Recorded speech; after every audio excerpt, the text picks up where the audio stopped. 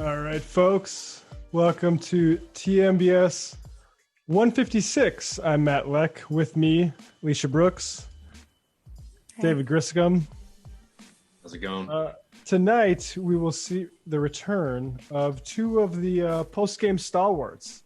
We got Joshua Kahn Russell on to talk about of the Wildfire project, here to talk about the wildfires in out west. And I guess I had to do that. Yeah.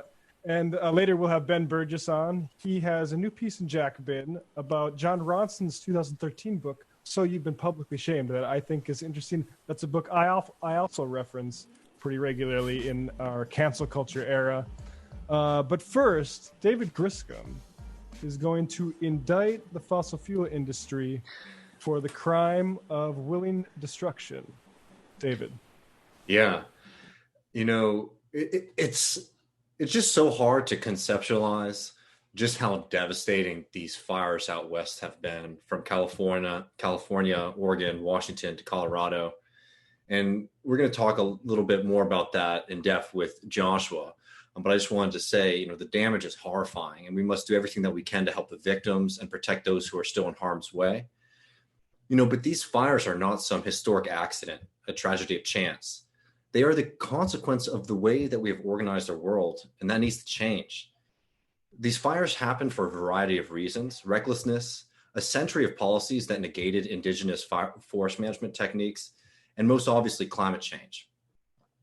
And these crises are really driven by a fundamental relationship to the world, and that is the capitalist mode of production, which commodifies everything at the expense of planning or having any kind of concept of a responsibility to the public good.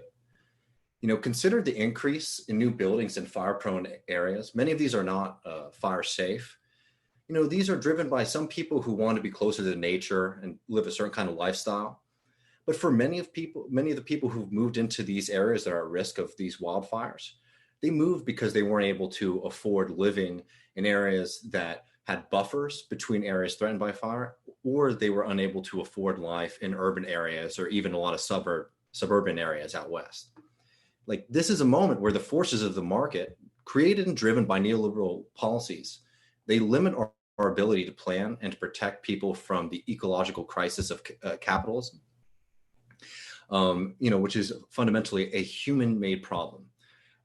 Capitalism is a system that puts us all at risk and puts our planet at risk, with no concept or consequence for the damage that it's creating for the average person. And look, there's no doubt that Donald Trump has made this so much worse. Just recently, he pulled back regulations on flaring, most importantly on methane gas, which can warm the planet almost 80 times more than carbon dioxide. And even though it doesn't stay in the atmosphere as long as CO2, there has been a seriously alarming proliferation of flaring as fossil fuel companies, again, this is a market relation, burn off methane because it's less profitable than oil. And they burn it off without capturing any of the energy, and these emissions just go up into the atmosphere. Trump has also obviously waged an all-out assault on public lands. He's fought against our victories on reducing fracking and coal production, and he is trying to block basically any kind of environmental challenge before they're even able to reach the court. And it's clear that Donald Trump and the GOP are dangerous to this country and the planet, on the ecological level, on the moral level, on the political level, across the board. But right now, talking about the ecological and climate crisis, there is no doubt about it that the GOP and Donald Trump represent a death cult and a way forward that will lead to massive devastation and destruction for this planet. But what's also so dangerous is this mindless triumphalism of the Democratic Party. This kind of online onslaught that you get every time you bring up an ecological or social issue that you just get a wall of people tweeting vote at you, right? Because it's so dangerous, because compared to Trump, any kind of passive incrementalism, which we need to be honest, incrementalism at this point in time is climate denial. Incrementalism compared to Donald Trump may appear to be radical and bold, but that is not the answer to this situation right now. And, just as a side note, look at what's happening in California right now, the continued use of prison labor. to fight these wildfires. Just shows that the Democratic Party's model is not a way forward to not only fight climate change, but also to do it in an equitable and fair way. Recently, the DNC walked back on an agreement to end subsidies for fossil fuel companies. Joe Biden has claimed that he will not ban fracking, and his climate plan, for all of its ambition, and I'm sorry to say it's ambition that will not be met, they still maintain a commitment to the export of American oil and coal. So even in their pandering fantasy plans, which they have no intention of going forward with, they still are not able to meet the challenge that we face today. It's not enough to say that you believe in science. You have to support policies. You have to support a Green New Deal. You need to support a Green New Deal that has a commitment to the globe as well, not one that uses this as an opportunity for the United States to get patents on green technology and sell those to the rest of the world. We have to push back against a movement that sees climate change, the acknowledgement of climate change, as a victory, because climate change is a real existential threat to our survival, and it's being pushed into this kind of culture war rhetoric. That's going to lose, because the right knows how to play that game and they know how to win that game. You need to make it clear to people on a basic material level that if we continue practicing and continue having an economy that's based on fossil fuels, we will not have a future that is, safe or viable for any of us. Because, and at the end of the day too, this whole idea that acknowledgement is good enough, it's not, because the fossil fuel executives and the fossil fuel companies, they knew back then, they know now, and they do it anyway. This week, for example, in the New York Times, there was a meeting video that the New York Times was able to obtain that found that the Independent Petroleum Association was saying one thing in private and another thing to the government. In this case, it was about flaring, which we talked about earlier, burning off methane to reach the more profitable oil. Publicly, the organization and its members were arguing that the industry had it under control and they had created good safeguards across the board to maintain, to prevent any kind of excessive flaring. But privately, they worried that the practice was going way too far. And these are executives, people who profit from the system, being worried that this practice is going too far. Now, I know that's not surprising to people who are listening to this show and people who share a kind of politics. Of course, they're lying. But it's important, because there is not going to be a future where all these people just wake up one day and they recognize the science, because they already recognize the science. There is too much money in the fossil fuel industry for them to just back down because science says one thing. We will constantly be stuck in this destructive cycle between GOP do nothing and pseudo-radical incrementalism. This is a political issue, and any fantasy that we're going to reach a solution without political struggle is incorrect. I will just briefly mention, what we saw from Extinction Rebellion the other week, where they were talking about it not being a political movement, is completely bonkers. This is most clearly a political issue, when the fundamental thing that we're fighting against is one of the most profitable and powerful industries in the world. Right now, fossil fuel companies are investing heavily in plastic production because they're seeing a demand for oil dropping. One fight is blending into another, and we are forced to do the work of political education on so many issues. That's always going to keep us on the back foot, and it allows for this damaging activity to expand. And one of the last things I wanted to mention here is, if you read papers like the Financial Times, you're going to read phrases like this. This is about Matt Gallagher, who runs one of the largest shale fields in Texas. The Parsley Chief has earned a reputation as a progressive voice within Texas oil industry. He took to his LinkedIn page with his thoughts on George Floyd's killing and recently bought a Ford electric car. He has also called for an end to flaring in the shale patch. Now wait for this. Parsley was among the top 20 natural gas flarers by volume in Texas, according to a report this year from the state's oil and gas regulator. These people know that they're going to have to make a shift in their PR game. They know that people, especially young people, are fed up with this environmental destruction. And we can't allow kind of cheap victories to replace the kind of material victories that we need. We won't beat this with symbolic politics or non-politics.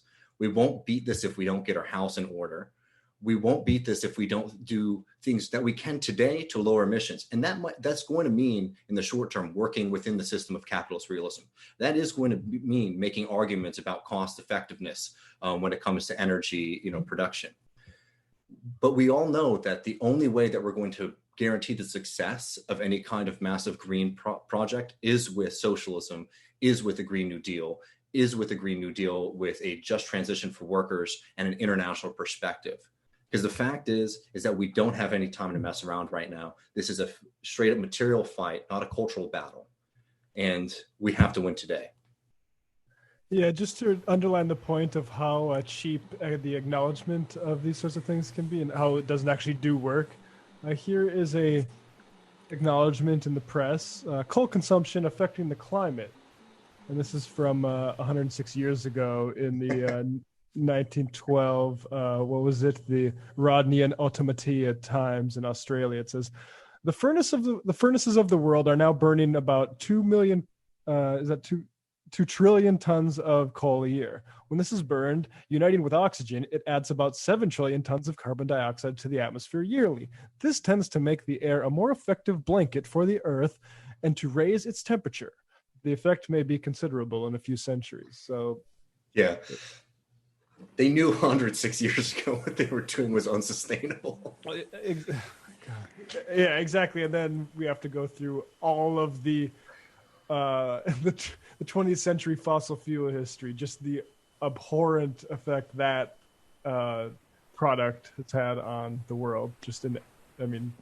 The problem is there wasn't electric, horse-drawn carriages or whatever, so there's no way to publicly show. I feel like some of the early ones were electric, and I feel like maybe this is an oversimplification from that documentary "Who Killed the Electric Car." But if I remember that film correctly, some of the early ones were, and it was just like, oh, we can get this. First of all, battery technology is difficult, so you need to store the energy. But I mean. Yeah. Wait, you're trying to say that there was electric horse-drawn carriages? Oh, no. I mean, they replaced the horses with electric engines. Got it. I was like, I wonder if the sci-fi and the history are... No, that makes sense. I don't know if we have time to play it, but Biden also was talking... Did you see his climate arsonist take on Trump? I read it. I didn't listen to it. It's very strange. I don't know. I'll play it here, actually. It's like he's trying to... I mean, this is clearly... the play for the suburbs is real, folks. I mean, I like climate arsonist as language, but when you realize it's about making people afraid of their... Donald Trump warns that integration is threatening our suburbs. It's ridiculous. But you know what is actually threatening our suburbs? Wildfires are burning the suburbs in the West. Floods are wiping out suburban neighborhoods in the Midwest. Hurricanes are imperiling suburban life along our coast. If we have 4 more years of Trump's climate denial, how many suburbs will be burned in wildfires? How many suburban neighborhoods will have been flooded out? How many suburbs will have been blown away in superstorms? If you give a climate arsonist 4 more years in the White House, why would anyone be surprised if we have more America ablaze? Do you think he was coached to scream during those parts, or is that improv? I think he's just outside for the first time in a while, maybe. Okay. Yeah, man. Yeah, I mean, bleak with those guys. And it's depressing because this is the sort of thing where, unfortunately, I hate to say, if Biden wins, there's still going to be suburban homes torched in firefighters. No, the Green Dream or whatever. Remember when Nancy Pelosi said that? I mean, come on, that's the people who are going to be elevated to, as the solution to Donald Trump's, yes, I mean, death cult stuff. Joshua has some. We'll speak to this later too. He has some. I'm going to bring Joshua. Some. Bring that wildfire guru on. Oh wow. Uh-oh. Looking a little different than... Yeah. Did you get some work done, Joshua? Huh? Oh, sorry about that. There we go. I didn't realize it was... Yeah, totally. I'm a secret chameleon. I can see you getting canceled for turning yourself into a toad surgery. I feel like I'm a trans species toad. I don't know. And that's what we're going to talk about. It's going to be clipped by the right wing and the left wing. That's what they're talking about. How are you? It's full on apocalyptic here in California. I really appreciated your intro, David. I liked your line, incrementalism is climate denial. You should dash that and get quoted. Today is the first day in a month that I've been able to see the sky. And I didn't realize how much, like, getting to be able to just go outside and look at blue in the sky was like revelatory today. And there's really, I've been thinking about, climate chaos literally my whole life, but there's something about the last week of orange skies, never being able to go outside, that like really brings it home. Like this weekend, I went outside to weed my garden, and I don't have an N95 mask, but I do have this like gas mask, like full on thing that I bought during the wildfires last year. And I thought, I was like weeding my garden wearing a gas mask, and I was like, this is just a little too on the nose for, so much of my vision of apocalypse. I'm like, that doesn't look like how it looks in the movies. And it looks like how it looks in the movies right now, and it's been like, God, so heavy. There's one of my good friends, her hometown in Oregon just burned down. And David, as you were doing the intro, it struck me that I should read a post she made about it. If you can give me a second, I'd love to just read what she shared. She wrote, and she, by the way, her name's Nidia Alicia. She's an indigenous organizer who everyone should follow, does incredible work. She wrote, "This is heartbreaking, but I want to share reminders from my community and the families that I've talked to. Together, we reflected on what a miracle this has all been. What a miracle it happened in broad daylight when most of our working class folks were not home. What a miracle that the 100+ families we've called haven't reported a known death yet. What a miracle that it didn't happen in our sleep. What a miracle that we have the resources we need to figure out how to distribute them properly. So many of my people were just as grateful and resilient as they were heartbroken and devastated. We will get through this together, but we're going to need a lot of outside help. Our community most impacted was our farm worker community. We are poor, we are working class, we are disabled, retired, elderly folks who live in the 9 mobile home villages that are the most affordable housing in Jackson County." And so it just really struck me how centered on gratitude Nidia was in this moment of literally having your home and hometown burned down. Yeah. Wow. I just got such chills having you read that. So Joshua, you've been, your organization is quite literally named Wildfire. There's many jokes to be made. I don't even know if they're worth being made right now. Are you regretting naming it Wildfire? Would you like to tell the press this statement you prepared? Well, it's interesting. So we were founded 7 years ago in New York by New Yorkers who don't think about wildfires literally. And the name was meant. So what my organization does is basically our assessment is that we're trying to build left infrastructure and support movement organizations, and that our biggest barrier that is within our control is the culture of the left itself. And so we wanted to spread a new culture within organizations so that it would spread like wildfire.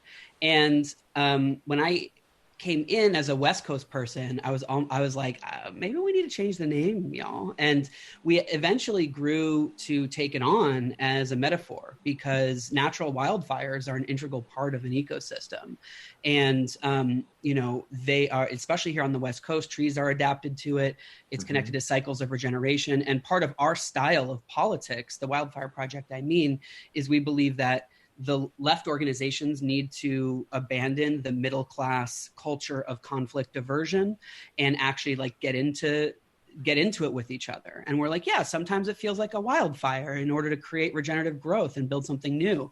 And we were also embracing in affirming to keep that name, even though we don't work on literal wildfires, we were embracing an indigenous paradigm that was saying, we live with fire because it's part of the ecosystem and has a critical function, and you can work with it and be in right relationship to it.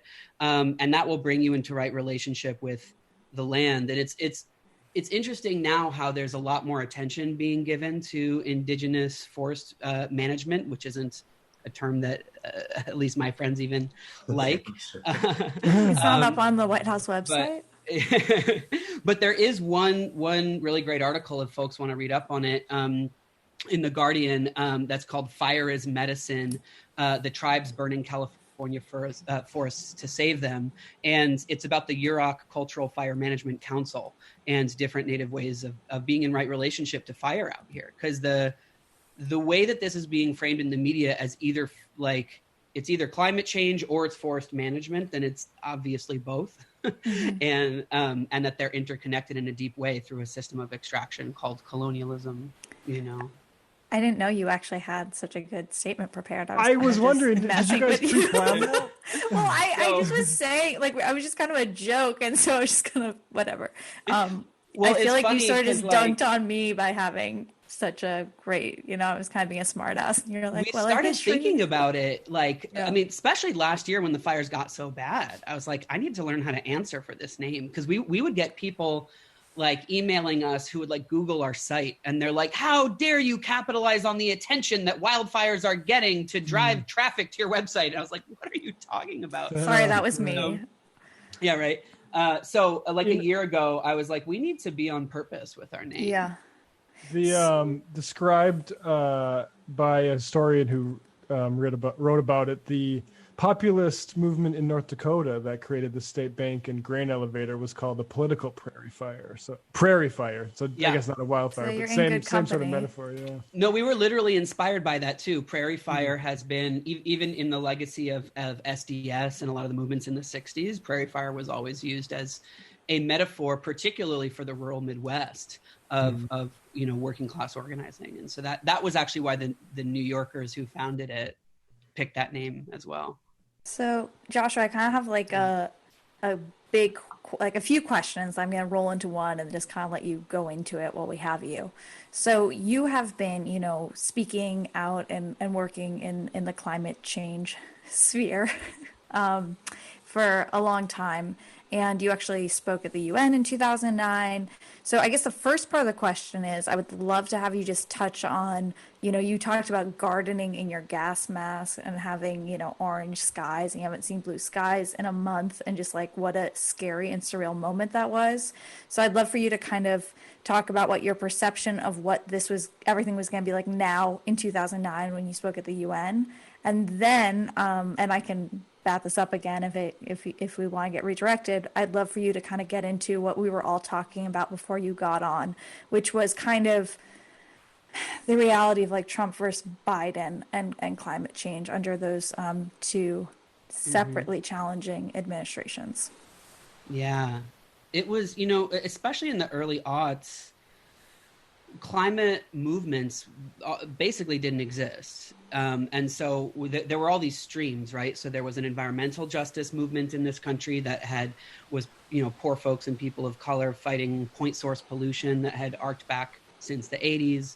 There was indigenous sovereignty movements. And then the environmental movement proper with a capital E was talking about climate change, but in the kind of Al Gore sense of individual consumer choices, in a way that's pretty much in line with the current, what the Democratic Party is saying right now that you gave a great critique on earlier, David. And so we were like, we need to build a climate justice movement that had justice in the forefront, was transcending the limitations of the environmental movement, of which there were many. And under the Obama administration, it was like pushing a boulder up a hill constantly, under Obama, crude oil production in this country rose by 80% and gas rose by 35%. But at least at that time, time, thank you, please. Well, and it was, although we, and sometime we should do, actually, Michael and I were once talking about doing an illicit history of this. One campaign that I helped build the strategy from jump was the Keystone XL pipeline campaign, which was the first, as far as I'm aware, civil society campaign that targeted Obama from the left, which was before Occupy. And it was really controversial to target Obama because he was seen as, but at least within that campaign, we had an intact EPA that we could find some way to navigate, right? At least in that, and our assessment at that time was, number one, frontline communities need to be in leadership. And so we were both fighting the mainstream environmental movement and fighting, building architecture for climate change. But we were going after the fossil fuel industry through mostly pipeline campaigns, as well as other fossil fuel infrastructure, then what became the divestment campaign that eventually has pulled trillions of dollars out of the fossil fuel industry. But all of our strategies were non-electoral because most of us who were organizing developed our political analysis in a period where the electoral arena just seems totally closed to us. There was no democratic socialist in national standing. And so our vision was constrained at that time, but it's nothing like what it is now, where, environmental movements for so long are always kind of fighting on their back heels. But what Trump is doing is incomparable to that period, I think. Yeah. And so just kind of, do you want to look at the clip of Trump before we kind of talk about Trump? Actually, I want to jump in here because Dakota Access Pipeline got mentioned. Joshua, do you have any comment on the Red Fawn Phallus release? She was recently released from California prison for felonies related to the 2016 Standing Rock. Now, Joshua, I don't know if you want to tell the story. Are you terribly familiar with it? I had just brushed up on it, but why don't you set the table? Yeah. So basically, she went up to Dakota Access Pipeline, the Standing Rock protests, and she met this guy there. And she didn't know that this guy had a brother who was a tribal cop at the time. But long story short, she fell in love with this guy, and he wasn't very into the protests at first. He was kind of like, he was into her, I guess.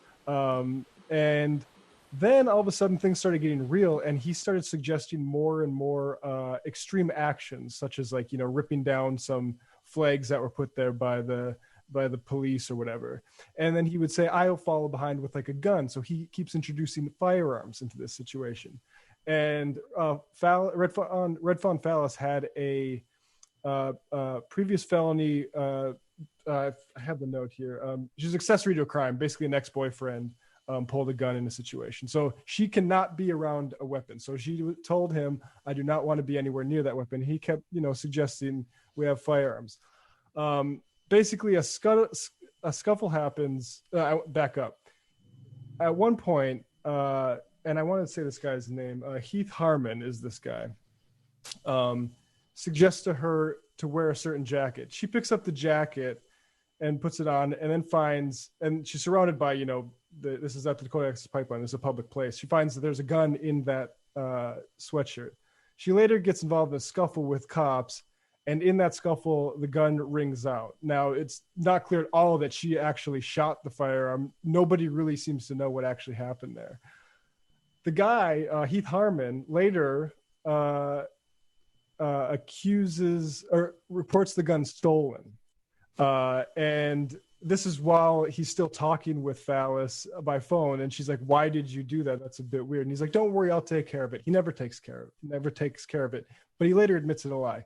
Anyway, long story short, he got set up by his brother who was, this is how you know everyone's liars. And this is why I feel confident to call the cop side liars on this side.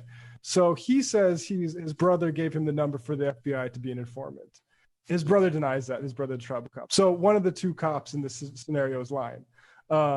And so anyway, the gun that she was found with and that went off was a FBI informant's firearm. And he was an informant the entire time they met, and he went there to cultivate that relationship. This is basically just COINTEL, a modern COINTEL thing. And the weird thing is I want to share the story. It's from the Atavist. Amazing journalism. One of the better things I've read in a while by That's a little, doesn't really display well. Oh, there we go. Elizabeth Flock. And in the Atavist magazine, and to be honest, I've never read the Atavist. I don't know if you guys have. But The Heart Stands Still. Red Fawn Phallus found love and purpose on a Dakota prairie. She thought it would save her life. Instead, she went to prison. Really great story on this. And it also goes into Harmon, who contradicts himself numerous times to the reporter. But it talks to him as like, I think he is like a sort of pawn in this as well. I don't think he fully understood the actions, but I also think it's hard to say. I don't want to speculate too much on that, I guess, but super sketchy. And I will say one final note is I have family from that area. I grew up just north of Standing Rock, and that story was reported as she fired the gun when she was arrested. And public opinion wasn't supportive of the protesters to begin with, but that was complete death knell. And I mean, it's terrifying. And we also know like private security, like Tiger Swan was hired by Dakota Access Pipeline. So I don't know, that area was really a ground zero for a lot of what we'd see in the Trump administration, I think. Yeah, exactly. I mean, the level of celebration that I saw when Red Fawn was released, it was just been tremendous. And did I play that? No. Oh, here it is. Yeah, I have that ready. Actually, here it is. You can. Yeah, here we go. It's at the Bismarck Airport that I was just in a few weeks ago.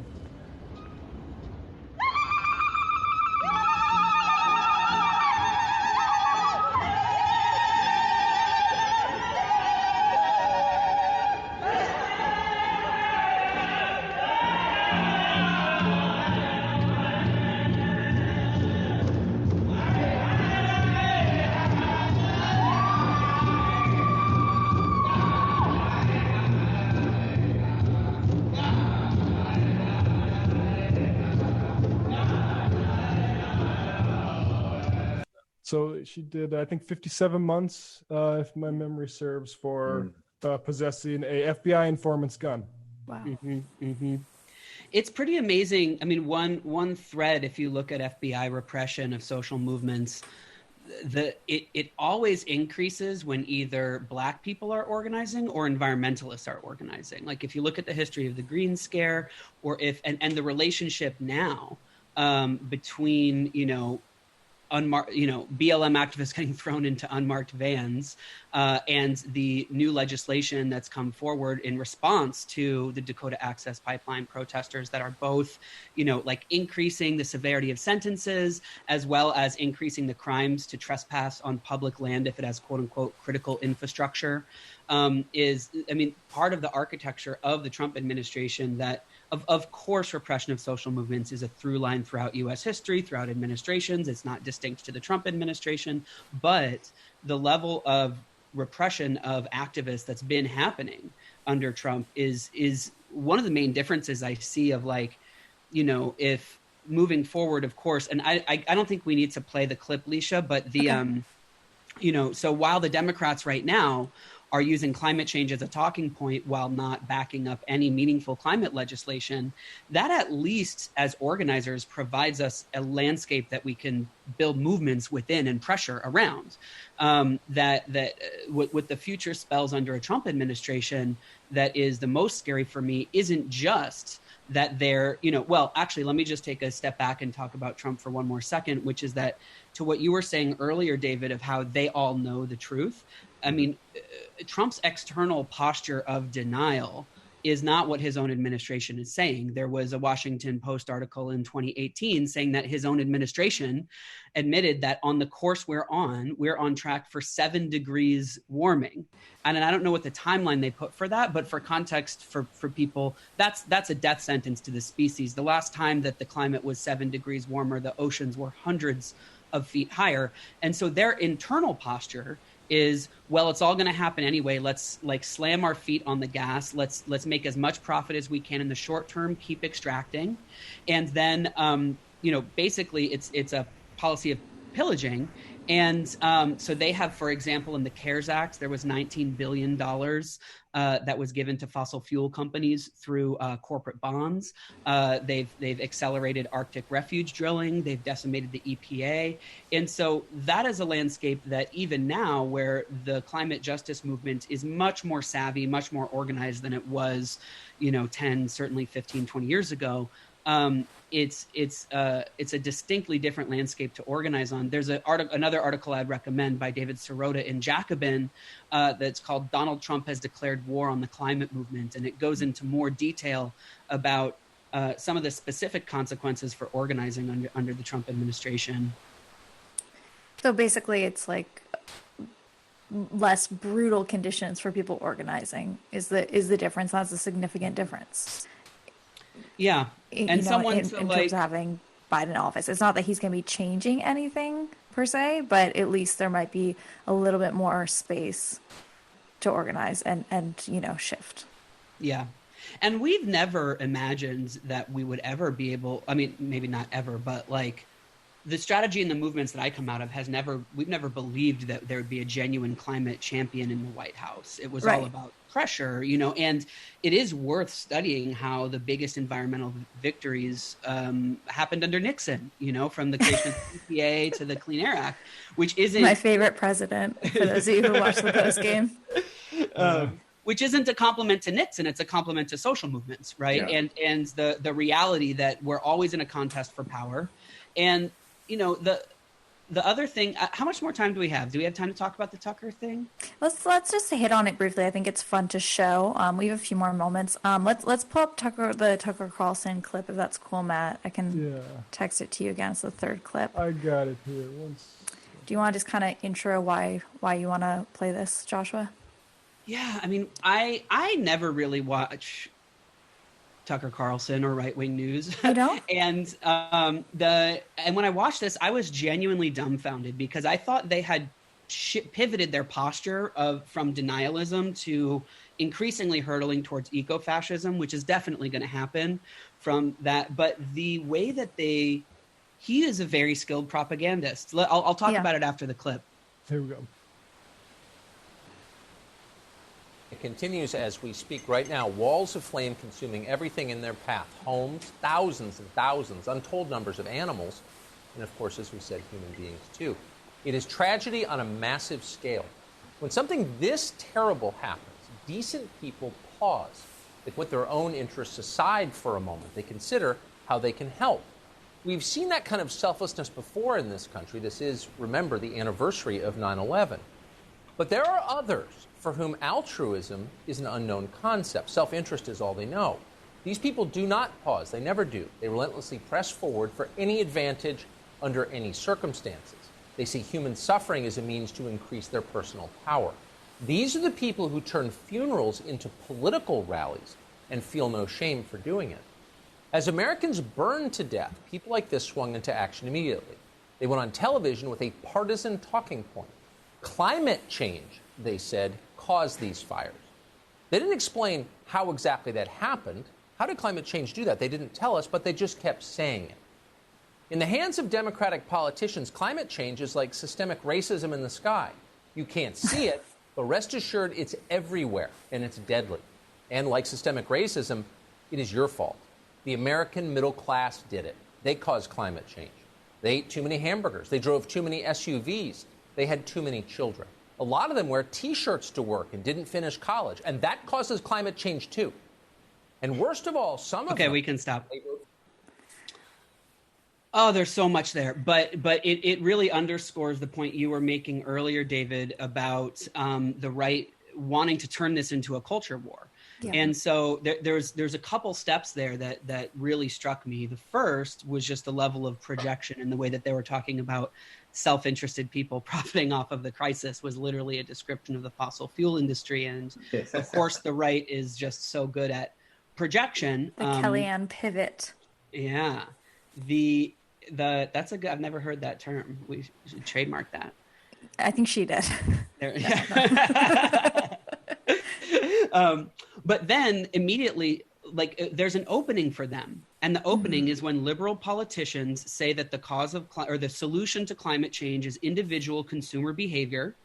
Then what the right can say is, look, they just want to demonize you for your lifestyle and say that it's your fault. And then he goes on, the rest of the clip is just, I mean, it's pretty amazing. He's basically saying that, like, the point that he was making was that, like, liberal politicians are saying we mismanaged our state, so you need to give us the keys to the economy and let us rule over you.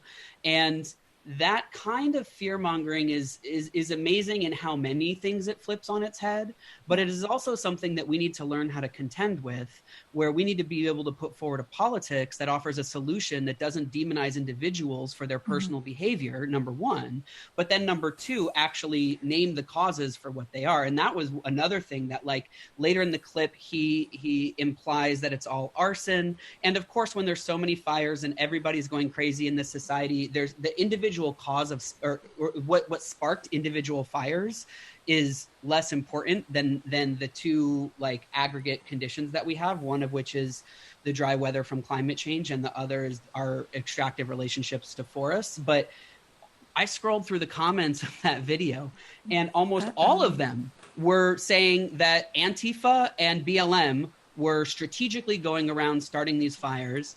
And I haven't gone too much down the QAnon rabbit hole, but as it becomes more mainstream, the like what people were talking about is, like, when you look on a map, they're like, well, when you look on a map of the fires, why do the fires stop at the border? They don't go into Mexico and Canada. And it's like, you're looking at data. Good question. Yeah, it's US data, and you're looking at US maps that don't have data from other countries. It's upsetting because we're up against a literal climate crisis, but then also now this crisis around really strategic and brilliant propaganda that is very effective. Well, Joshua, there's so much more to talk about that we didn't get a chance to. So hopefully you're able to come on again soon and we can talk about, like, bigger picture and the actual impact on ecology and reforestation and if there is a future.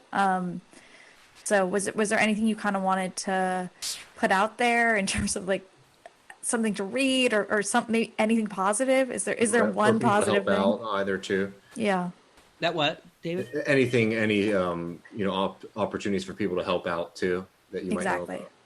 Yeah, well, one thing I would recommend is, so Movement Generation, who developed the framework of a just transition, has a pamphlet on their website that is called, what's it called? It's called From Banks and Tanks to Cooperation and Caring. And they lay out a framework of ecological socialism that I think that readers of or audience of this show would really be interested in. It talks about what's the actual architecture of an extractive economy, because plenty of socialist economies in the past have also been extractive, right? And so it talks about what does it mean to transition away from what they call it, a dig, burn, dump economy into a regenerative economy, and what does that actually look like? So I'd highly recommend checking that out. And I do think the leadership of indigenous sovereignty movements in general is very powerful right now, and here in California in particular. There are different initiatives in different parts of the country. I would encourage folks to check out Indigenous Environmental Network's website. I'm not sure if they have ways to plug in if you are outside of the immediate area or not. But, a lot of what folks are doing right now is just being able to, if you live in a place in California that's not literally on fire at this moment, there are plenty of public services that are all mutual aid right now for all of the basically refugees of internal migration within California that happen in the context of everything from food banks to going down to tent cities. All over the Bay Area, there's people sleeping in tents everywhere right now. And there's all of these different mutual aid networks that are being built to be able to support them. And so I would recommend checking that stuff out for sure. Great. Well, maybe you can pass I'll put that along. out on the show Twitter and Instagram, things like that. Yeah. Thank you guys for having me on. It's good to see you. So good to see you. Please stay safe. We appreciate you. Yeah. I feel like every time I come on the show, the apocalypse has been up at least 10 or 15 notches. So that's the weird thing when we're waiting for Ben to join. It's weird. Early on, we had the COVID apocalypse, which seemed very cinematic in how horrible it was in New York here, at least, with just a constant background noise of Sirens. Sirens. And then now you have the absolutely insane imagery of, like, I mean, the Dust Bowl was an insane image for us growing up, but like these sorts of wildfire, I mean, and the air quality stuff, I mean, man, it's terrifying. They don't even have the language for it. You know, in Oregon, the air quality has been like beyond hazardous. Like it's not even, the chart doesn't even extend to what it is. We're going to zoom right through the air of like a face mask and right to the air of like actual respiration device. I think that's Joshua's era. That was what I was gardening in, you know. And there are a couple quick things that I'll share while we're waiting for Ben. One is just that, you know, I think the perspective of social movements right now that folks need to embrace is that, you know, this transition is upon us. And I mean, the real truth is that, you know, we have 30 years of climate change baked in no matter what we do, even if we do the most radical reduction of emissions, and because of how feedback loops work. And so what that means is we're really in a contest now for power about what is the state infrastructure going to be able to navigate a changing planet and to be able to navigate it with resilience. That's what we're in contest over. And one difference, to arc back to the beginning of the conversation that you brought up, Leisha, is, you know, 10 years ago, we didn't have national legislation. We didn't have a Green New Deal. There was no policy platform that seemed viable at all. And now Green New what? The Green Dream. And that, like, I think analytically it's important to just pay attention to the ways that the logic of extraction is patterned throughout the system, right? So we extract from the lands because that is what capital demands. And then we also extract labor from people, which is what, you know, we have, you know, even in this specific instance, part of the crisis we're in that you mentioned earlier, David, was prison firefighters. We're extracting labor from prisons through mass incarceration. That is basically where we're at a point in society where the slave labor that we depend on to fight the environmental calamities that capital has brought upon is being inhibited by the fact that the plague is running rampant through the prisons, which, by the way, also, as they've been evacuated throughout Oregon, it's been incredibly violent. There was a story out of Oregon of a state prison that was evacuated through force, where they were spraying prisoners with all kinds of pepper spray and respiratory agents in the context of them choking on this air. And so all of these things are amplifiers. They illuminate, and it does, you know, when you polarize the contradictions in a society, it makes things a lot more dangerous, and it also gives us a lane to make much more radical changes and be seen as reasonable. And that's my hope, in the way that if we are able to avoid a Trump administration in these next 4 years, we can exert enough pressure on the Biden administration to force his hands through the power of social movements. But it depends on understanding the logic of power, not persuasion. Yeah. There you go. Joshua Kahn Russell, good to talk to you again. Yeah, good to see you guys. So good to see you. Talk to you later. Right. Jeez. Yeah, that stuff is. I mean, I was talking to somebody out west, and the idea that you can't have your front door open for longer than absolutely necessary, or else you're going to get, you know, particulate matter in your house that would make it even tougher to breathe. No, it's horrifying. I have family in Portland, Oregon, and it's Oh, just, do you? yeah, you know, it's just been a nightmare, and just on top of everything that's going on with COVID and socially in the city as well, to just have this, I mean, it really does feel apocalyptic. Yeah, I also have family there. It's this is just like a fun little tangent before we get to Ben, but did you guys grow up with like the very strong, well, I have a feeling maybe you did, but the very strong propaganda that if you like showered really quickly, you could stave off, you know, climate change, or like drove a very small car? Like, was that like big in your communities growing up, or no, not at all? You know what's weird? My dad was more of like a like grew up in the 70s energy austerity guy. Turn the lights off. Yeah, turn the lights off. And I would say, I mean, I did a bit of vegetarianism in undergrad because I thought, you know, that would save the planet. And you know, I that seems to be the one that actually makes the most impact of all. I think personal. It does actually too. I think even just I mean, I came to the conclusion that I can't actually cut it all out, but like every single day you go where you don't actually have meat and you substitute with something else is a good one for you. Ben. This is now a diet podcast. Yeah. I mean, Ben would have a lot to tell us about that. Oh, really? Yeah, he's looking good these days. Well, if so, it's certainly not because of that. I ate crap. Well, I mean, it's the stress. We're all like shitting. It's Ben. Ben runs, and he always makes me feel a little bit, I guess, guilty. Emasculated? I have not run a single time since coronavirus. I'm afraid. Brandon Sutton, pretty bad lefty, tweeted he had COVID and it was horrible for him.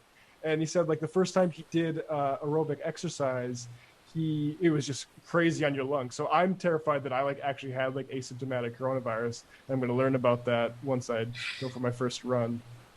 That's my excuse for. Anyway, that's not what we're talking about. We're not talking about guilt. We're talking about shame. You were publicly guilted. Exactly. And I will say, Ben, I am a big fan of this Ronson book. I'm a big fan of John Ronson going back a while. Them, I think, is the real John Ronson heads are familiar with Them. Men Who Stare at Goats, the film was made out of. But introduce us to, I think maybe he had a few more recently, but So You've Been Publicly Shamed, his 2013 book. 2015. So. Oh yeah. Yep. It's so You've Been Publicly Shamed is a book roughly about what we would now call cancel culture. It's not a phrase that's used in the book. It doesn't even use the phrase call out culture, which I feel like was sort of the 2017 way of saying the same thing. Because this came out in 2015, and I feel like it's probably the most in-depth thing that's written about the subject, even though it's not named there, and even though in a weird way, I think maybe because it was written so early in the phenomenon, it seems like it's sort of groping for okay, what are we talking about here, right? So he talks in the book about these incidents of people going through this now very familiar experience where they say the wrong thing, tell the wrong joke, and they end up having huge numbers of strangers yelling at them on social media, maybe lose their jobs, etc. And in the book, he's just kind of thinking about this as part of maybe this broader idea of public shaming. So there's a lot of time that's spent in the book sort of looking for antecedents culturally, okay, what's something else that's kind of like this, right? There's a point where he talks to this right-wing Texan politician who, as a judge, was famous for sentencing people to carry around signs that said the crime they'd committed and things like that. So there's a lot of stuff like that that's kind of around the edges of it. Well, is this kind of like that, right? Can this help us understand what's going on there? But Jacobin asked me to do a review essay on this that would be kind of, since it's been 5 years since it came out, would be kind of be okay, how does this hold up 5 years later? What's changed? All that stuff. And I think that the book works really well as but one, just some case studies of how this happens, and two, that there's a lot of interesting insight in it about what's going on, right? What is it that causes this? What are some theories that maybe don't really pan out when you think too closely about them? What is causing this, right? What's the basic thing that's going on in this case, which I found particularly useful because now there's a lot of the right wing loves this stuff. They talk about it all the time. It's the nonstop preoccupation in this ever increasing way, right? That it I feel a year ago this was something that there were some right wing people talking about it in that Quillette, Jordan Peterson kind of vein.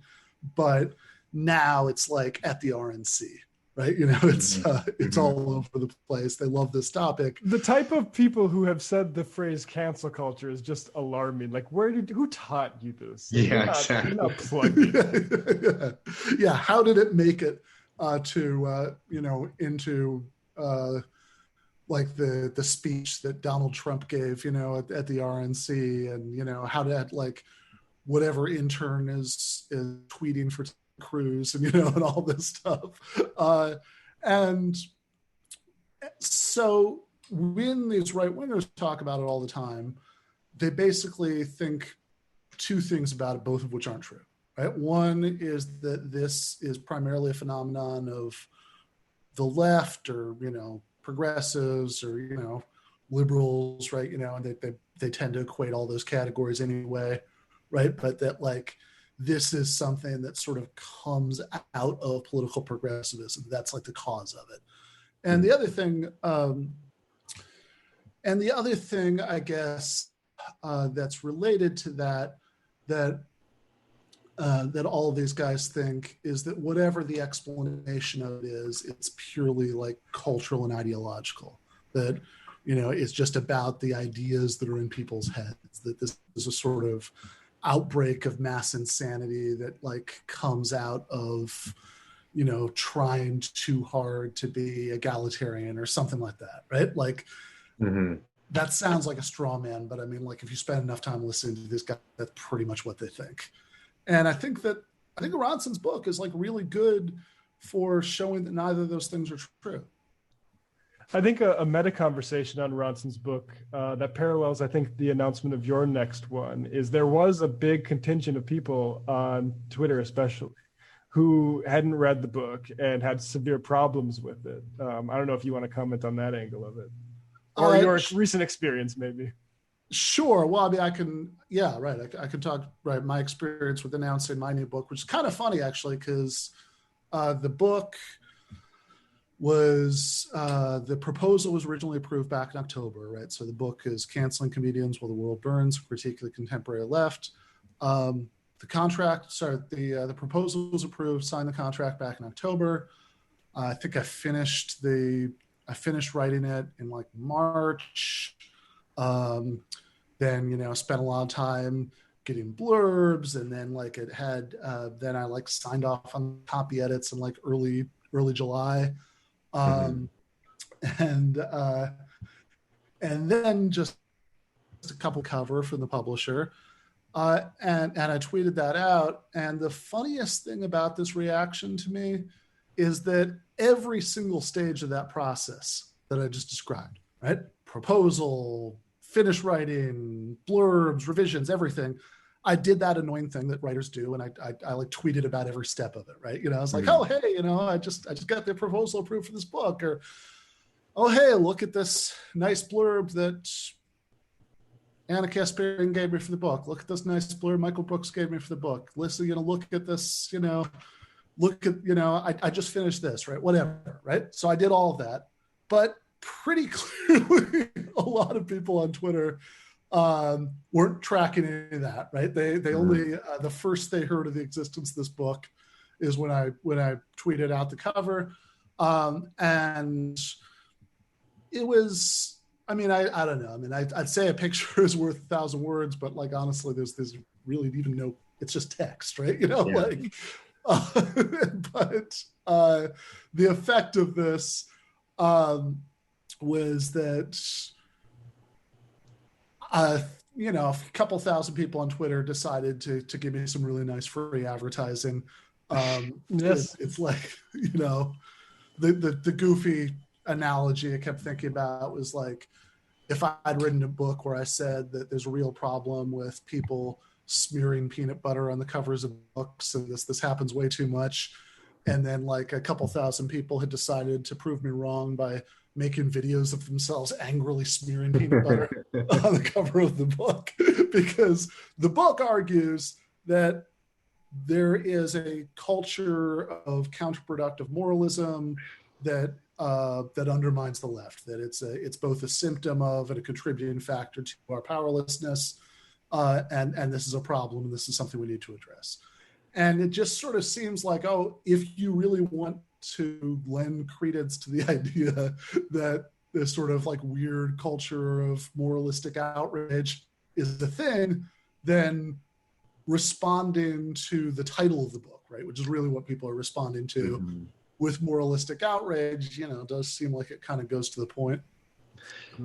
I think 100%. And I'd be curious to ask you this though, because I think like your experience with you tweeting out the cover of your book and getting this backlash, I think really hits on something that I know we've talked about privately, like having a conversation about cancel culture is probably one of the more exhausting ones that you can have, at least publicly, right?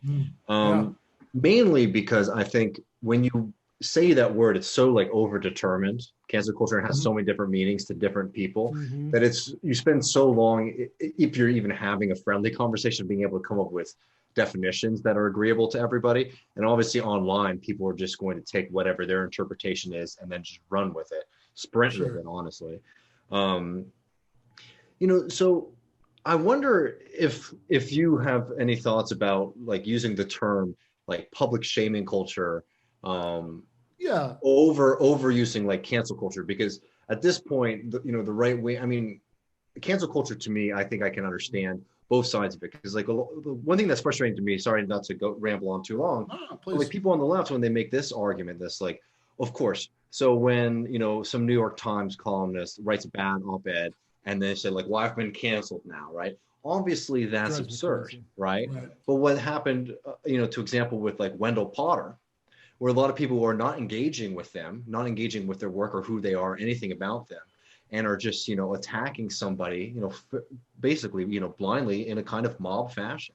That is not a good strategic tactic. And it also represents a kind of culture on the left, that this is an activity that people just, think about it, like thousands of people going around their day, they're scrolling through Twitter and they're like, okay, I've seen this and now I know that I have to react to this in a certain way, which is piling on and, giving abuse to this person, right? If you really think about it, like that's a cultural like response to, stimuli, right? Seeing Wendell Potter tweeting about the insurance industry. So anyways, I'm just curious about, should we say who that is? Shaming versus cancel culture. Wendell Potter is former health insurance. Thank you for saying. It was an executive or spinmeister or something like that. He was a health insurance executive. I guess in his capacity doing that, he was sort of crafting message for them and lobbying and all that stuff. And he left the industry in 2009. Since then, he's dedicated his life to campaigning for single payer. He's the president of multiple organizations that that do this. And as part of those efforts, he constantly says things like this is the most, like, if you follow Wendell Twitter on Twitter, this is the most boringly typical Wendell Potter tweet ever, because you've probably seen him post 200 things. There's variations of it, where he says, hey, the fact that even during the coronavirus, people don't understand how much single payer would help us right now is really a sign of the effectiveness of the lies that I told back when I was a health insurance executive, that's really effective propaganda, and now we need to, so, and this incident that I mentioned in the article, the review essay about John Ronson's book, was one where a writer, we can leave their name out of it because they eventually deleted the tweet, saw this tweet from Wendell Potter saying, oh, people believe this because of the lies that I told was a health insurance executive, and quote tweeted it and said, oh my God, this utter piece of shit actually admitted it. And by the time enough people had pointed out to him who Wendell Potter is and what he's been doing with the last 11 years of his life, that this guy deleted it, it had 75,000 likes, thousands of, retweets. And what really strikes me about this, and what I think is really significant and telling, is that it would have taken literally less than 3 seconds for the person who tweeted this in the first place to find out who Wendell Potter was, and what his, and what his deal was. Because if he just clicked on his name on the tweet, that would have taken him to the Twitter bio, which would have said president, businessman for single payer, whatever the organization is, right? So the Twitter bio would give him all the information that he would need to know not to tweet this. But this person is dragging mud to literally hundreds of thousands of people. If 75,000 people liked it, maybe millions. And not only is that really bad, right? But I think it's really significant. I think it tells us something about what we mean by cancel culture. And I do want to get back to David's question about the terminology, that it happened in the first place, that this person didn't, right? Because I don't think the lesson here is, oh, this particular writer who tweeted this is a particularly terrible person. I think the lesson is there's this larger problem that this is a symptom of. So, and as far as that, what we call that problem, I don't care, right? I mean, I'm happy to call it whatever people want to call it. Honestly, I think call out culture was a little bit more accurate than the current cancel culture anyway. I think cancel culture is all about putting yourself in the position of a television executive. It's ludicrous. Like literally, that's what it is. It was maybe there was some before Cancel Colbert, but I think that's the most famous version of it. And it is literally like you can make decisions about who gets to have a TV contract. Yeah, which in a way is not bad enough for how this goes, right? That like this sort of sense of like this false sense of power that you get, right? And he's like, okay, this person's okay, right? This person, right? Like, and then especially when you can make them feel what people often call consequences, right? There's something there. But yeah, no, I agree, right? Like cancel culture is like a slightly confusing term. Right? What does that mean, right? Like what does it mean to be canceled? Does that mean you just cease to exist, right? Yeah, Wendell Potter's still out there, Yeah, Wendell Potter still exists. He's, as people say, right? He's fine, right? He's not, he's not materially harmed by this. And maybe even there's no real lasting reputational damage, although, who knows, right? But I think that 2 points about the terminology. One, it's worth mentioning, right, as I just said with Cancel Colbert, that calling this sort of mass internet denunciation canceling isn't something that was made up by critics of this stuff. It was something that was invented by cancelers themselves, right? And I do think that it's a slightly misleading term. I say in the book, right, that it would probably be better if we did call it public shaming culture, denunciation culture, or something. But my impulse generally with almost any term is, instead of like fighting about like what to call it and then calling it something else, then hoping that people get that you're talking about the same thing, like is just to roll with the terminology and try to fight about the underlying and I think if we're talking about the underlying concept, right? What is this thing, right? Where does it come from? What, if anything, can we do about it? You brought up the question of how to define it, right? And I actually think this is like a little bit overstated sometimes, like this, like how nebulous it is to define it. It's certainly true that some people, especially people on the right, make like really hyperbolic claims about it, right? That's no doubt whatsoever about that, right? And certainly people make a lot of false claims about it. But then again, Hillary Clinton supporters often said that people who were criticizing their candidate were motivated by sexism, and we rolled our eyes at that, but we didn't stop believing that sexism is a thing that exists in the world, right? So I think we can walk into bubblegum, on that issue, right? That like we can dismiss the New York Times columnist who says, oh, look at me, I've been canceled because they got a little bit of pushback against some stupid thing they said in the column, right? But we could still be very concerned about this Wendell Potter thing, or really the much more like the Wendell Potter thing, I think is a really interesting symptom, right? But I think like in terms of the damage it can do to people, I think the examples in the book are really striking, right? So, I mean, if we have time, right, just the two that I mentioned in the article were Lindsay Stone and Justine Sacco, right? So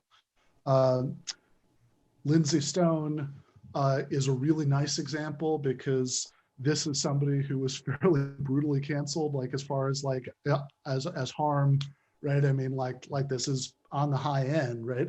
But she wasn't canceled by progressives who thought that, she'd said something racist or anything like that, right?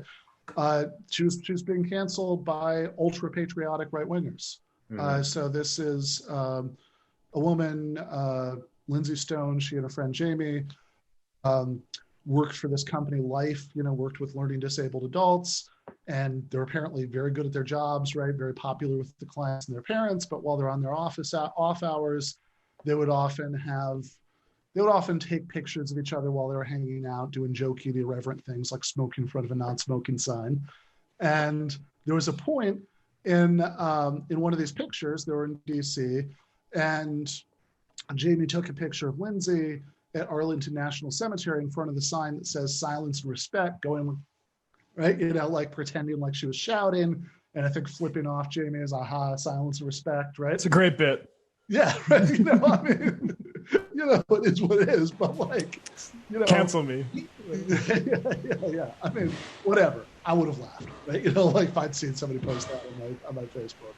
But even if you wouldn't laugh, right? Even if you think, oh, that's like really, I would not have laughed. Okay. Even if you think that's a really bad taste, yeah. Like you probably don't think that somebody should have their life ruined over this, right? And at least for a while, right, this is what happened. That she posted or I guess her friend Jamie posted this, whatever, 10 people probably liked it on Facebook or left a few comments. Nobody noticed it for a few weeks. And then it blew up. And it blew up to the point where there was a Fire Lindsay Stone Facebook group that had 19,000 likes. And there were all these people posting about how, she was this fat feminist who should die and rot in hell or, be expelled from the country. And she immediately lost her job. Her boss wouldn't even let her, clean out her desk, right? He made her meet him in the parking lot. She didn't get a new job for about a year. She suffered from depression, insomnia, didn't go out on dates because she was pretty sure the guys would Google her, right? And like this thing was following her around all the time. And Justine Sacco was this woman who was an American, came from a South African family. She was on her way home to visit her family in South Africa. So she was getting ready to board right to Cape Town.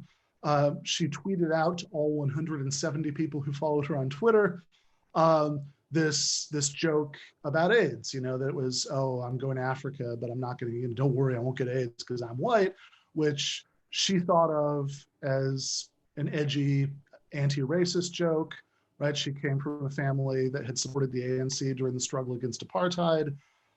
So she knew those were her values, and probably most of the 170 people who followed her on Twitter interpreted it in that light as, okay. It was a joke about racial perception of AIDS. Yeah, exactly. That, this is just for Black people.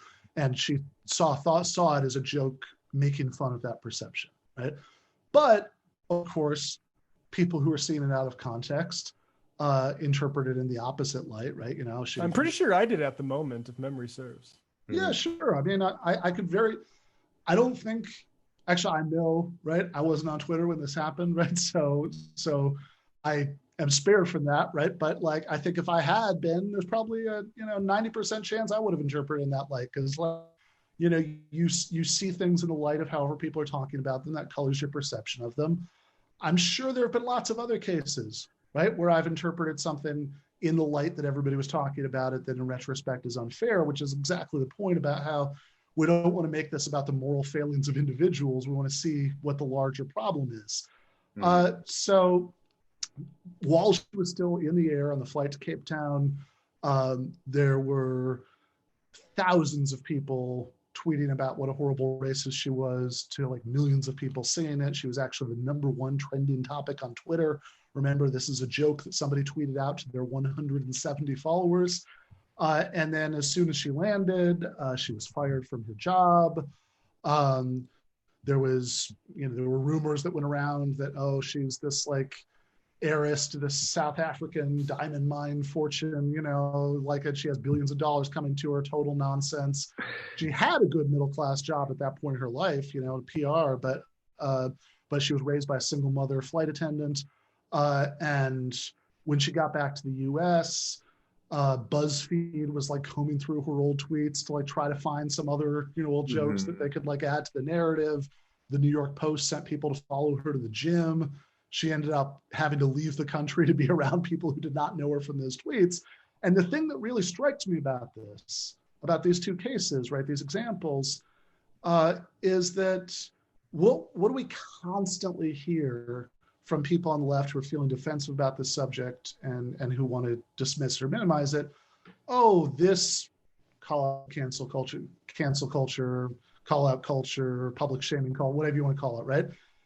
This is just wealthy and powerful celebrities complaining about being criticized, right? That's what you hear all the time, right? I think while we were doing edits for the article, Mike Utrecht, is working with me. He said, "Oh, we should since you said people say this all the time, you should put in a link to it." Somebody saying it, and I ended up putting in 20, right? It's like kind of we went nuts, right? It's like, oh, let's do another one, right?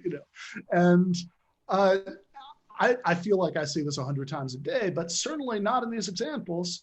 Neither Lindsay Stone nor Justine Sacco was particularly rich. Certainly neither of them exercised any sort of power. And the only reason they're famous now is because this happened to them, right? That's the only reason anybody who didn't personally know them in real life would know their names. And I think that's much more typical of the problem, right? That of course you get this stuff being applied to people who are maybe richer, maybe more famous, right? Whatever, right? Like since this is a general phenomenon of the internet, right? Like this is something that happens to whoever. But I think most of the damage comes from people whose names you never hear, or if you do hear them, it's only because of this.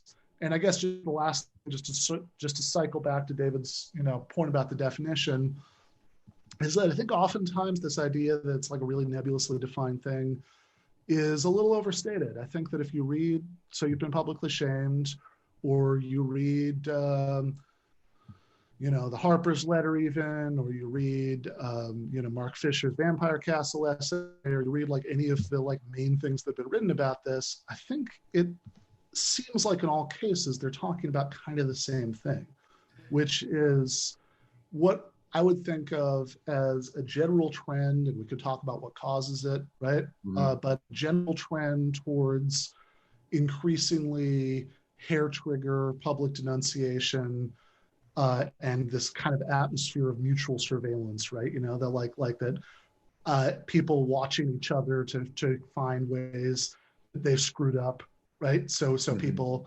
can denounce them like this.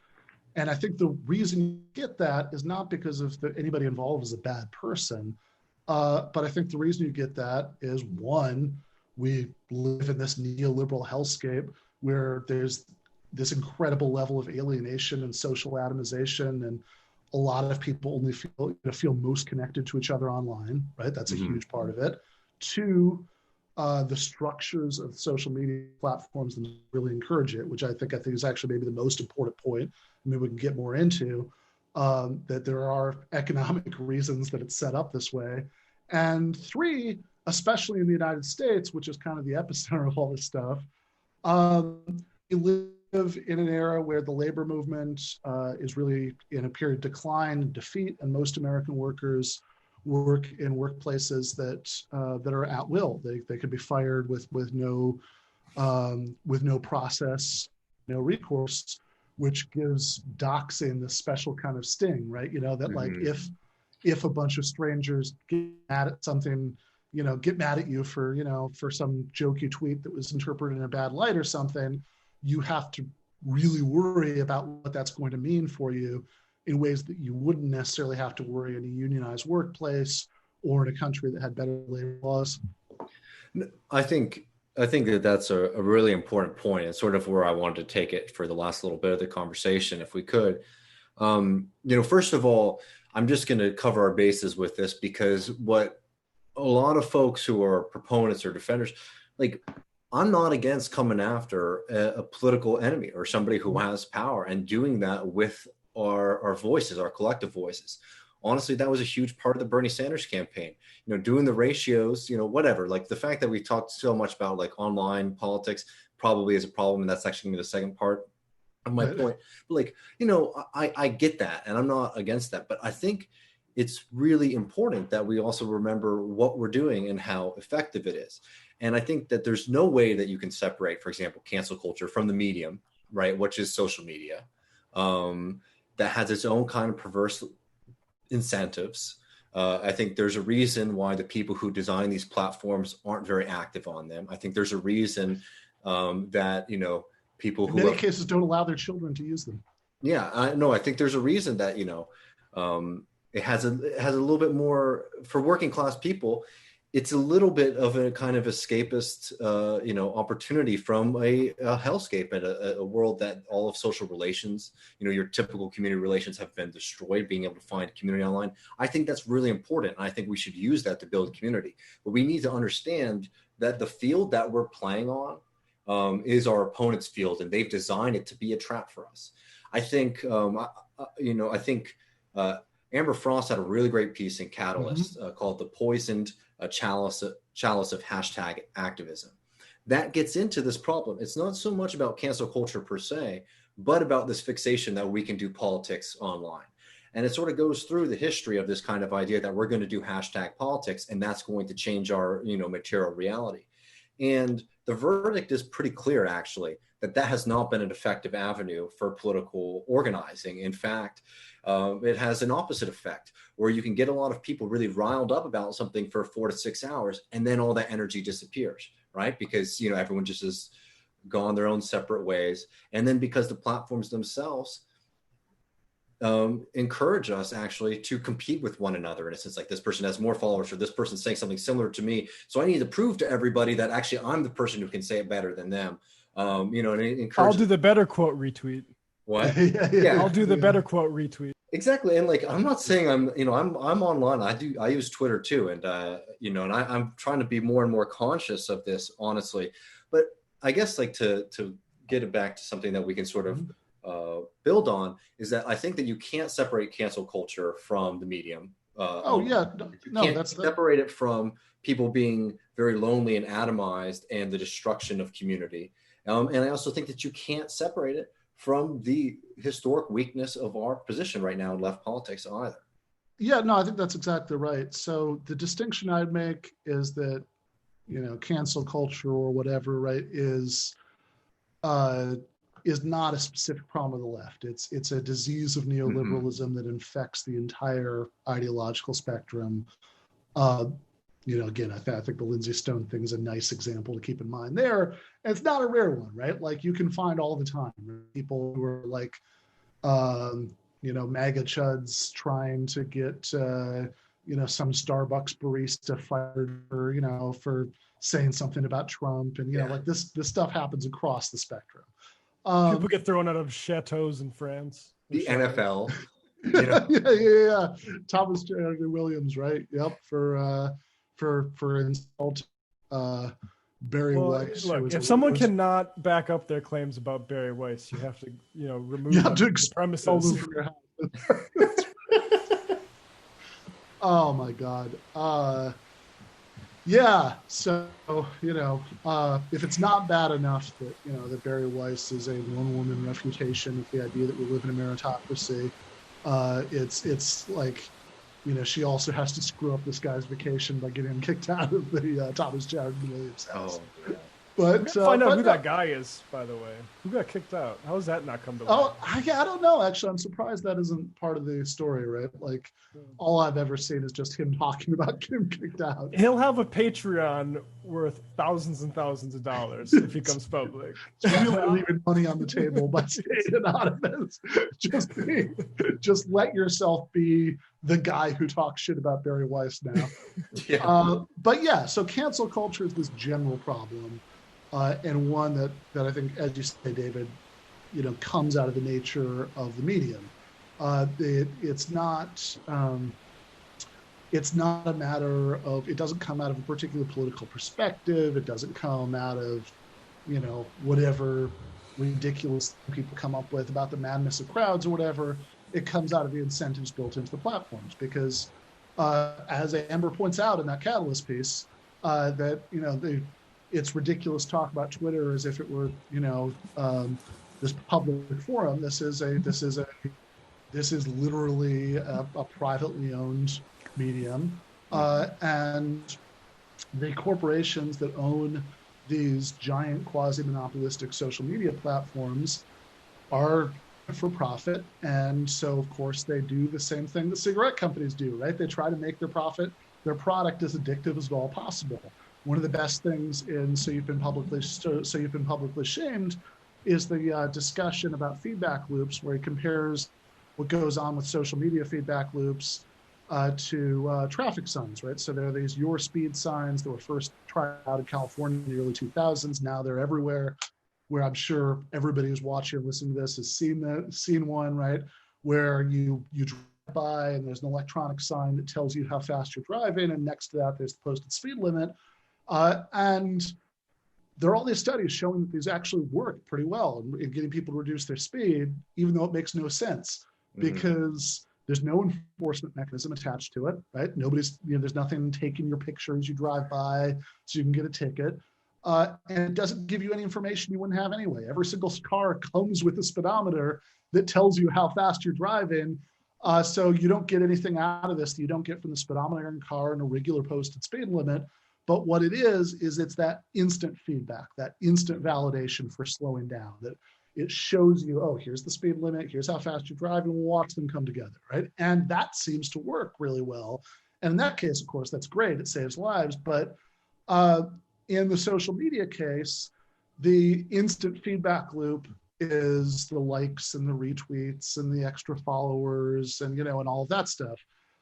And those incentives, which make it so addictive, particularly reward things like skipping straight to denouncing Wendell Potter without taking literally three seconds to find out who he is or why he might be saying this. Saying, oh, Justine Sacco, well, instead of stepping back and thinking, I wonder if that's what she meant, right? Just saying, oh, racist, denunciation, clout, right? And so that's a general problem that affects everybody because it's a result of these larger economic and technological trends. But then I think the other half, what you're talking about, David, is about the impact of all this on the left, which is a little bit of a separate question, right? So because cancel culture, is for everybody, but it's also true that when it intersects with particular pathologies of the left, it often adds up to something particularly toxic that is really alienating to a lot of people that we could persuade. So, the Jacobin article, I'm just talking about the larger phenomenon. I'm not really getting into the part about the left. The book, as the title indicates, right, A Critique of the Contemporary Left, is all about the specific problems of the left, including the way that cancel culture interacts with all these other problems. And as you say, it's about our powerlessness. Because it's been so long since even solid social democrats like Bernie Sanders or Jeremy Corbyn in the UK have been allowed anywhere near the levers of real power. The union movement has been declining forever. Certainly anything radical than social democracy, forget about it, right? And during that long exile, we got really used to seeing politics largely as a performance of moral commitment, because that's realistically all that it was. That's all you could do is perform your moral commitment. There's a reason why, I like Chomsky, but if you read some Noam Chomsky, or frankly, most leftists of this generation, there's never a point where Chomsky is pausing to consider, what would a socialist government do if it had power? Because that would just be a weird question, right? Because he's writing at a time when the sense of powerlessness goes so wide and deep that it just wouldn't come up.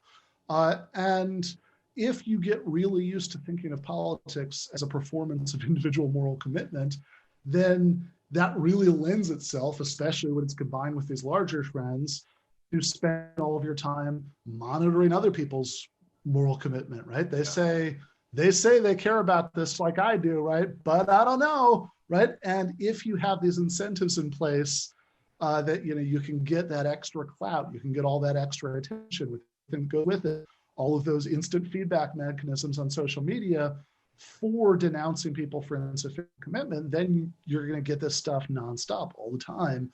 And it's going to be a really big problem.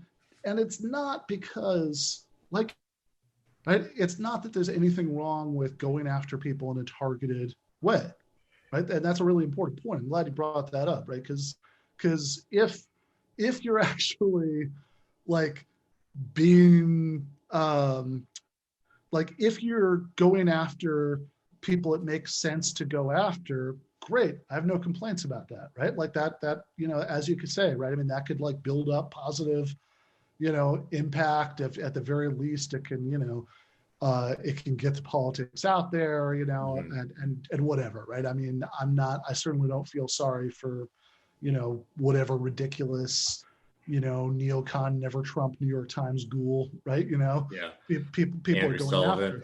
after. Yeah. The problem is that by its nature, right, because there are all these rewards for acting this way, it's not well targeted. Right? It just goes after whoever, which is both bad for the people it goes after, and more importantly, in terms of stake, it's bad for the left because it makes us look like a bunch of miserable scolds who spend all of our time monitoring each other for misbehavior that we can report each other for. And I think most human beings would want nothing to do with that. I want to maybe bring in, and I want to clear with Alicia and David, so we might get a copyright strike for this. In the old days, it'd be nice to not have to care about this. I think we should maybe play it anyway, but it's a Stuart Lee bit from a BBC Two special, and it's his commentary on Twitter, and I'm just going to play it. We'll see what happens. I don't really know what a copyright strike is, so go for it. Yeah, we're fine. That last line is perfect. Yeah, it really is. That's what, I remember Megan Day made that point in my show that that like if you go back and look at a lot of documents from the 1970s from COINTELPRO when the FBI, was sending in people to spy on different leftist groups and try to disrupt them and get them to fight with each other and stuff, that like the effect of a lot of stuff we're talking about, right? These social media dynamics is to get that like crowdsourced to volunteers, right? That like what people do on Twitter is not really very different from what these COINTELPRO operations, except for you don't need to get an FBI agent to do it because now we just have an online panopticon and everybody can do it to each other. Yeah, I had that kind of like sophomore thought, literally when I was a sophomore, where I was like, in Big Brother, we thought there was just going to be big TVs that we were trying to hide from, but we're holding the TVs in our pockets, man. Yeah, well, I think 1984. That's right. Yeah, I said the right thing. Okay. Yeah. Well, gotta make sure I got the right science fiction. I think college student Alicia was onto something. It's I think there are many thoughts. I didn't say which sophomore. What's that? I said I didn't say which sophomore. Okay. Were you a sophomore in high school? No, I definitely did not have a smartphone in high school. Yeah, I mean, it comes down to the core question. Are human beings just assholes that love to just turn on each other and scapegoat each other? Or are we victims of software that engineers that? And that will be at the core of, Yeah, well, I mean, a little bit of each, right? Yeah. Good thing Peter Thiel was the first investor of Facebook. Good thing. Nice guy. Yeah. Money well spent there, Peter. Yeah, I mean, but that's the thing, right? Like, sure, right? I've never been one for like romanticizing like human nature, human psychology. I mean, I would argue that the best reasons to be a socialist is because you actually can't trust people with as much power over each other. I want to make that a t-shirt. As like Jeff Bezos has over workers at Amazon warehouses or whatever. But also, there's a reason why you get more of this stuff in some areas than others. And when people say, oh, you're just talking about the internet, you're just talking about the technology, they're not entirely wrong. But the way that the internet or the way that social media exists right now isn't the only way they could exist. This is the way they exist. It exists because it's been structured this way by corporations that could design it however they want. And they think that they're going to make more money, right, by designing this extremely addictive product that incentivizes all of our worst impulses, and of course is all playing out against this background of at-will employment and the defeats of the left and all this stuff. But I mean, maybe you can't stop. Like, sure, maybe some people will always be assholes. That's fine, right? But like, you can certainly have a world where things don't work that way, right? There's no reason we couldn't have a publicly owned Twitter where we could make collective democratic decisions about how we want it to be designed. There's no reason we couldn't get rid of outlaw employment so people weren't living in terror of somebody misinterpreting something. You were going to say, David? Exactly. Yeah. No, I just wanted to make that point as well about what's happened with the internet and social media in particular. Is that if you're a good socialist, about capitalism's tendency towards monopoly. And it's really amazing if you look at what the internet is today in 2020, which was supposed to be this incredible opportunity of all of these different web pages and whatever communities. And the fact that the vast majority of people, when they pull out their smartphone or their computer and they go onto the internet, they go to Facebook, Twitter, Instagram, everything is happening on just 3 or 4 sites. And that's where people are spending the vast majority of their time online. This literal opportunity is be anywhere in the world, thousands, millions, endless, websites, and everybody goes to 4 websites. It's really incredible. And I mean, the reason, not a coincidence. Yeah, well, the reason that people go there is because they're the ones who have best captured us, right? They're not going there because of the layout or whatever shit. It's because everybody else, their friends are there and using it. Yeah. I got a text that just friend of the show, I guess Peter Thiel is known for getting bottle service at the Abbey, which is a very kind of ritzy gay nightclub in West Hollywood. So I felt like that was important to share. Blown up Peter Thiel's spots. I like it. That is where Peter Thiel goes. No, I agree with everything. It's just so unbelievably dark and depressing. And the last piece that I think you keep, kind of alluding to, but is that you as a consumer can also start to make money off of these followers yourself. So, it's not just incentivized by, the technology and the, the likes and the follows. It starts to be, a lucrative, career for a lot of folks as well. Oh, yeah, sure. Right. Yeah. Lots of people find ways to monetize it and, spin it off into something that, yeah, no question about it. Right. I mean, there are many incentives for acting this way. Right. I think that it would probably be naive to think that we on the left can just be immune from all of this, right? Obviously we're not going to be, right? Mm-hmm. I don't think any of us, right, are immune from this. I mean, aren't we all friends on social media? Yeah, I mean, so I can certainly think of, I'm sure there have been many times, right? When I have caught the whiff of outrage about something and I've gone along with it in kind of a thoughtless way, right? Because I mean, again, it's not about individual moral character, right? It's about larger cultural and technological trends that are being manifested in these things. But that said, I do think it can do some good for us on the left to be aware of this stuff and to the extent that we can, right, actually make an effort not to act this way. And the analogy that I'd use is a very imperfect analogy, right? But it's in the 1930s, the United States was an even more racist country than it is now, obviously, right? To a very great extent, right? There was all sorts of segregated businesses, even in the North, et cetera, right? But if you went to a Communist Party meeting in 1936, you couldn't get away with saying something openly racist, right? Because people would say, no, you can't say that. Right?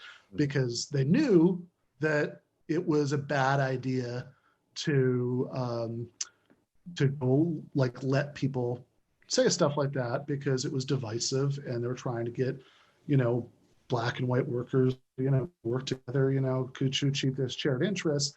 And that same way that something, you could be soaking in something, you're not immune, right?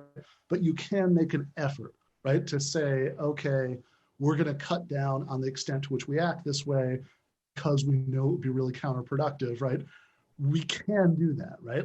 We can have, there is a certain extent to which political subculture can set its own norms. And the problem is right now we're not doing that because far too many people on the left, rather than sort of seeing this as a problem and at least trying to come up with ways to push back against it, sort of say, oh, you're just like whining about people who got yelled at, and why are you doing that, right? This isn't really a big problem. And the point that, maybe in an over the top way I'm kind of trying to put to the new book is just that we should think about this not so much in these moralistic terms, right? Is this the biggest problem in the world because public shaming and denunciation, right? Is that a bigger problem than police brutality? Clearly not, right? Mm-hmm.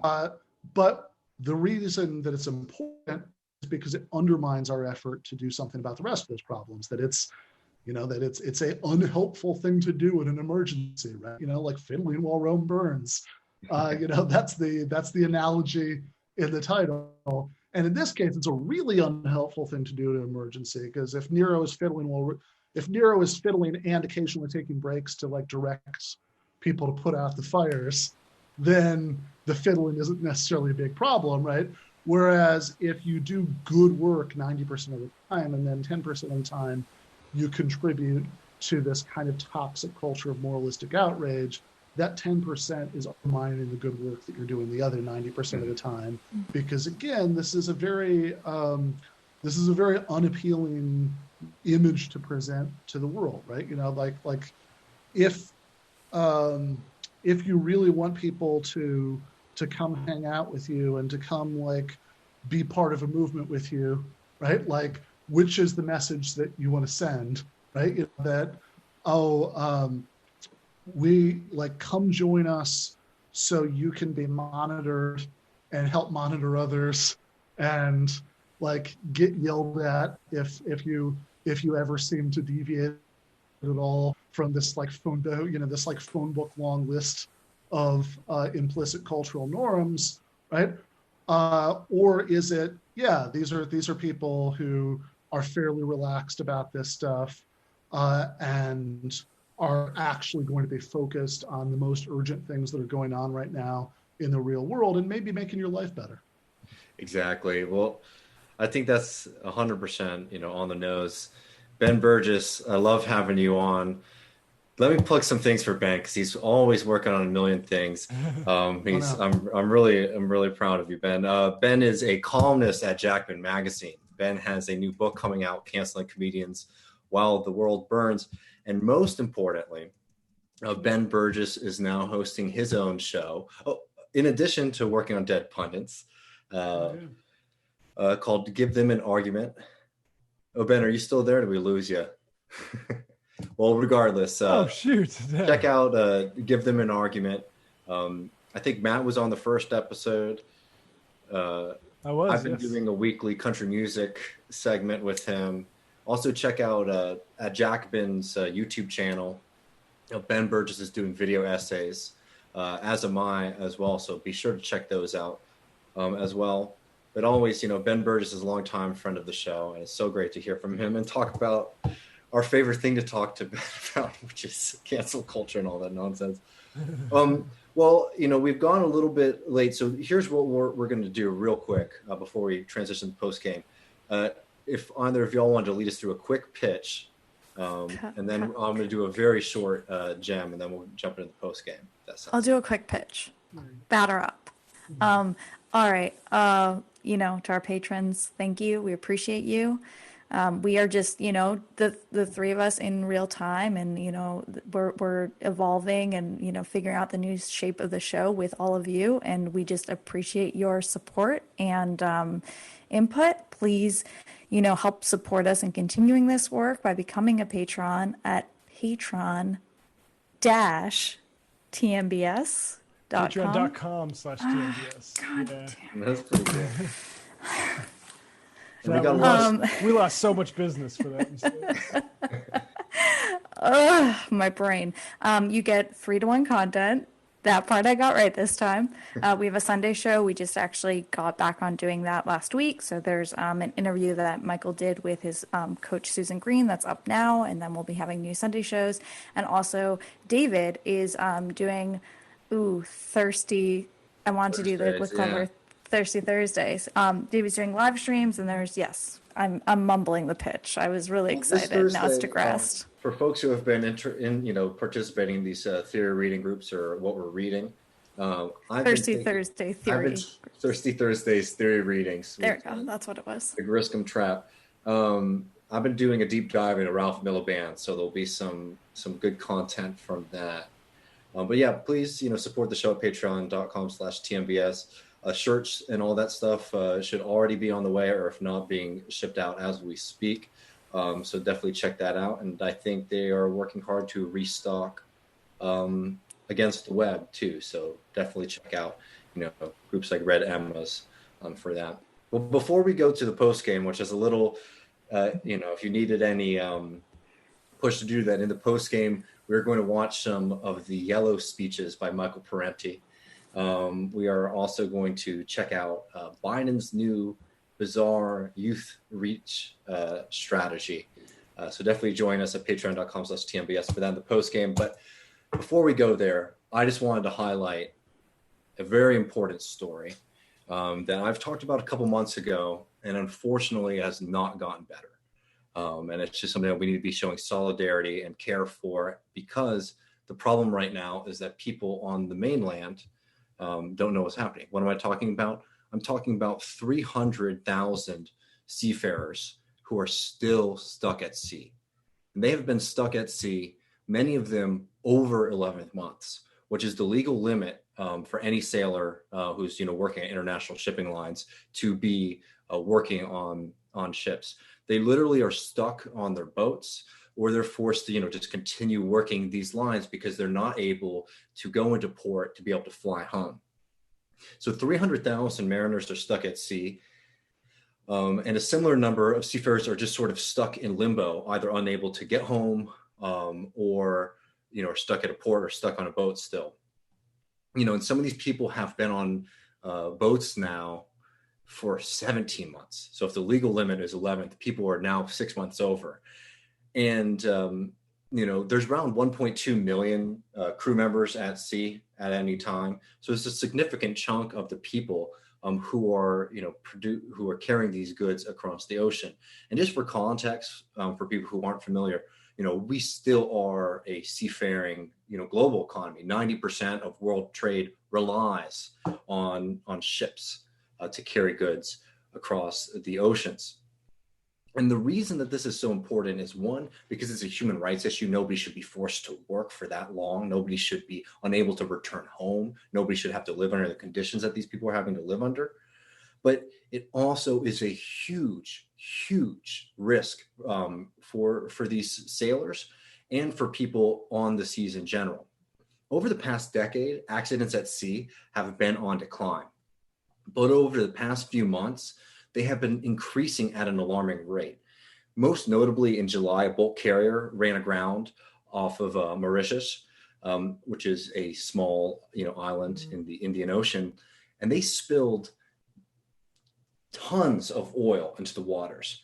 3 out of 20 members of that crew had been caught on their boats over that 11-month period, right?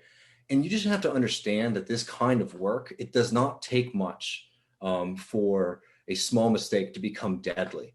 Standing on the wrong spot at the deck, having a momentary lapse of concentration can mean running a ship aground, can mean, capsizing or knocking over another crew member off of the boat. I mean, these are serious, serious issues.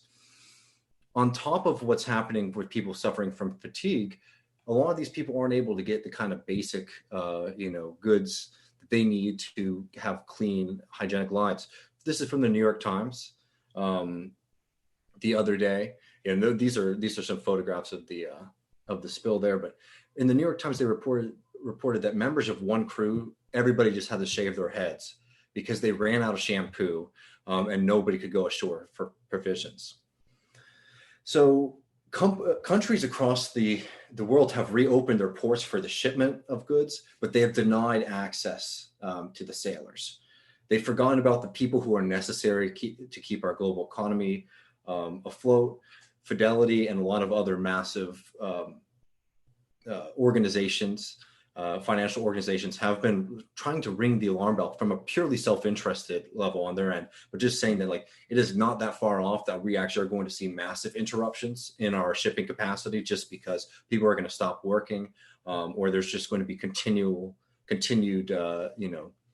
issues and complications that go with all of this fatigue.